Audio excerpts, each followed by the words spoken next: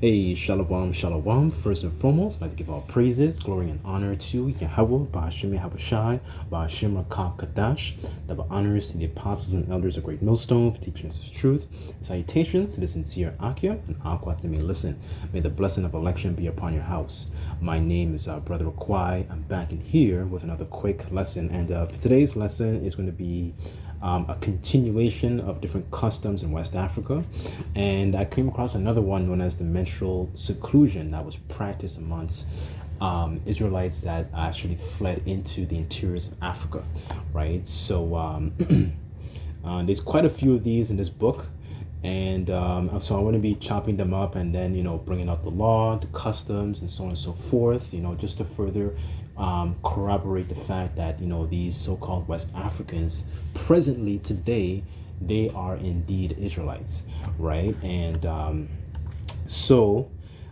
without further ado, so the book I have here is called the Hebrew Heritage of Black Africa, right? So it goes into the different customs and so on and so forth.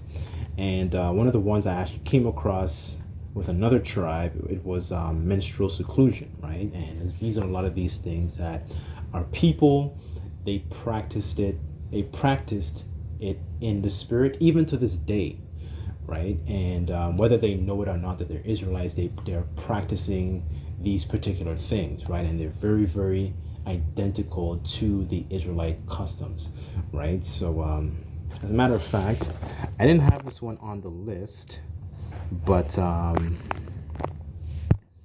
want to bring it out, so hopefully this is edifying. Just bear with me 1 second.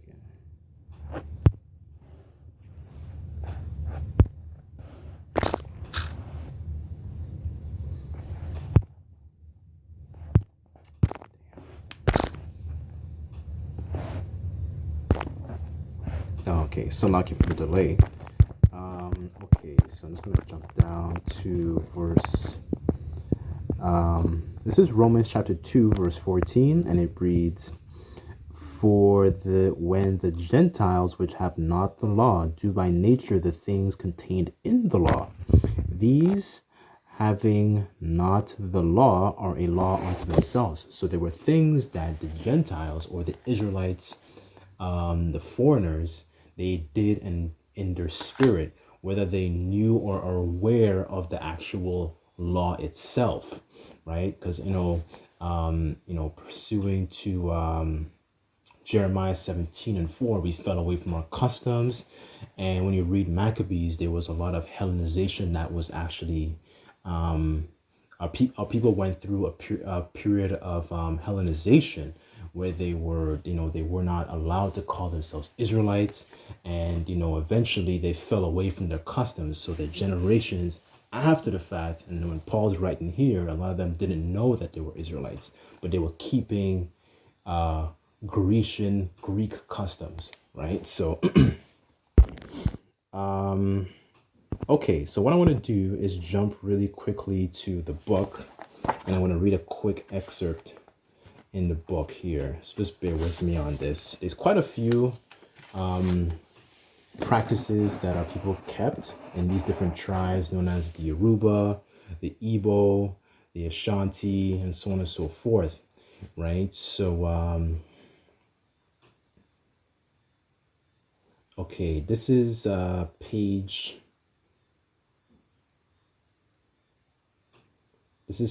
26. So I'm just going to read a small paragraph here.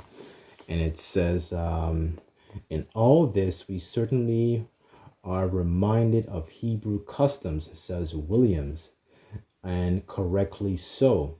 And even the restriction and taboos of the Ashanti woman during her menstrual period, including her seclusion, read like a page borrowed from the book of Leviticus," he says. "In summary, we can safely say that the Ashanti language much closely resembles Hebrew, including the word itself. We also find the two cultures having important customs in common. It says, add to these, certainly the Ashanti migrated from the general direction of the Middle East, and we can perceive a close link between the two peoples, if not a common ancestry.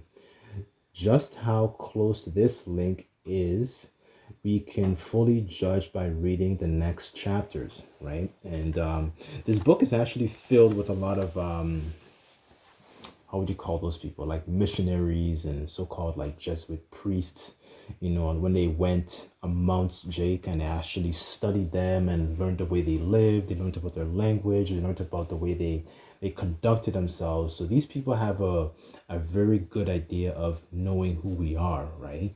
But it's only our people who don't know who we are, because we've completely discontinued from our heritage, and we have no idea. We just fell away completely, and we're completely gone, right? So let's get our first precept here.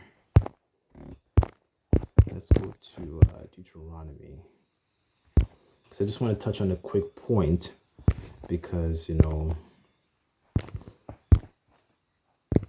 it says Deuteronomy chapter 28 verse 64, and it reads, "Then the Lord Yahweh shall scatter thee amongst all people from one end of the earth to the other, and there thou shalt serve other gods, which neither thou nor thy fathers have known, even wood and stone." So we got scattered all over the place. And after the destruction of the second temple, our people fled into a bulk of our people fled into the interiors of Africa, right? And we settled there for quite a long time, right? And and especially during that time as well. So they dispersed into different tribes, and we settled along the western coast of Africa, right? Which fulfills the 68th verse, right? When we were going to Egypt again on ships, right? So let's get the law in regards to this menstrual seclusion, right? That's really the topic, the key topic of this lesson. Really, I just wanted to touch on that. As a matter of fact, let me get into BLB. Just bear with me on this.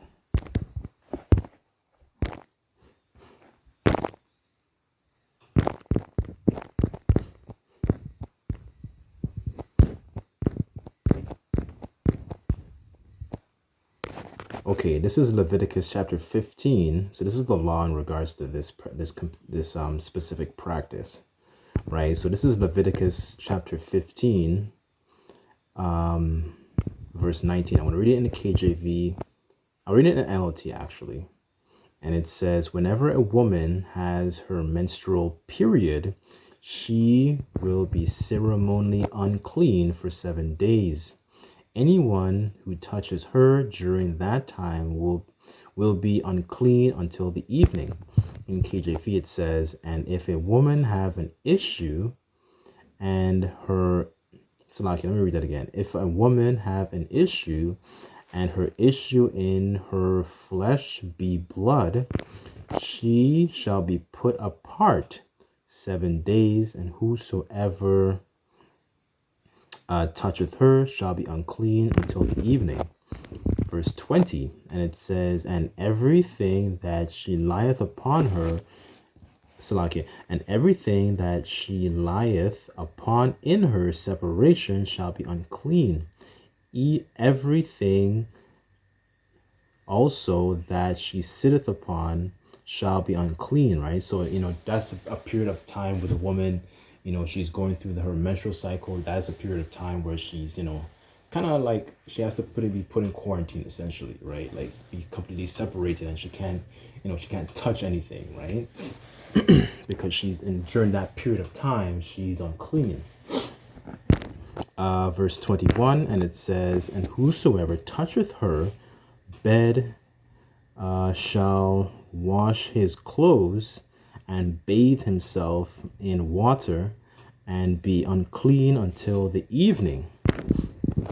And whosoever toucheth anything that she sat upon shall wash his clothes and bathe himself in water, and he and be unclean until the evening, right? So these laws, our people, even when they got scattered, they practiced a lot of they kept a lot of these customs, and one of the first parts of this, I guess, this little like mini series I've been doing, they kept the role of the high priest, right? And this is very, very interesting, because this is what makes our people, keeping these laws, keeps us clean and keeps us holy, keeps us separate, right? Because sometimes our people think about these laws in particular, and they think that it's a burden. They don't understand the why they have to do this. But these things are very, very important, right? The point I made was, okay. Deuteronomy chapter 7 verse 6, and it says, "For thou art an holy people unto the Lord thy power, and the Lord Yahweh thy power hath chosen thee to be a special people unto himself, above all people that are upon the face of the earth." Right? So the Lord chose the Israelites, and what makes us holy are these particular laws, statutes, and commandments. This was not given to any other nation other than the nation of Israel, right? So another point I really wanted to touch on was the fact that, a lot of these laws, I bring out, it's for, as a matter of fact, let me bring out the scriptures actually, and then make my point.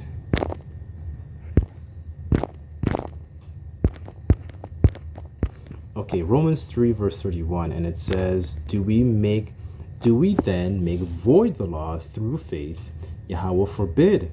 Yea, we establish law, right? So this is, to actually understand and actually establish the fact that, okay, these are the laws that were given to us as a people, but there are some laws, you cannot keep 100% in this condition that we're in this captivity that we're in, right?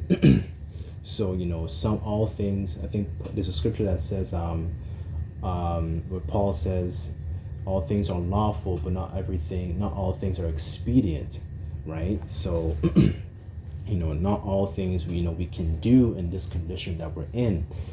Some of us, for just using this as an example, some of us have to essentially work on, the Sabbath.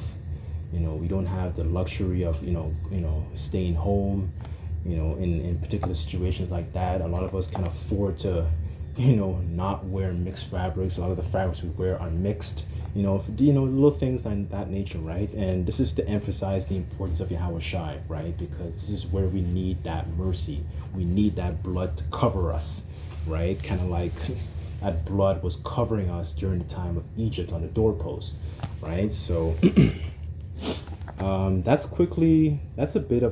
really and truly the end of the lesson, really and truly. Just a quick point I wanted to share as well. I was talking with another Israelite from Ghana, and he even told me that, I asked him where he was from, and he said he's from Ghana, and he also said that so I asked him what tribe he was from, and he said he's from the Akan people, Akan, right?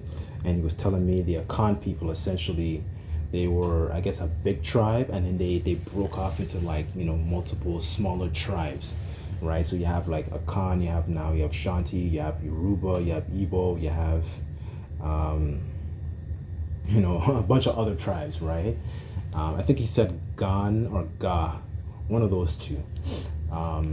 Right? So, I thought it was very interesting, and he even made the point as well to prove the first precept. He told me that his father has 3 wives, right? So, our people, something I've noticed is that, our people tend to, the further away they are from Babylon the Great, aka America, especially in these, lands like, Western Africa, or they're living, I guess we're in their respective tribes, they tend to hold on to a lot of these, they tend to practice more Israelite customs in their spirit, whether they know that they're Israelites or not.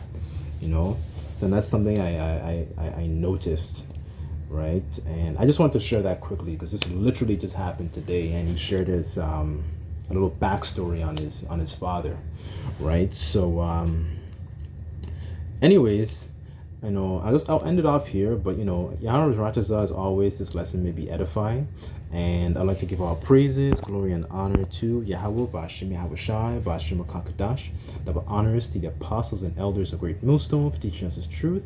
Until next time, I say Shalom.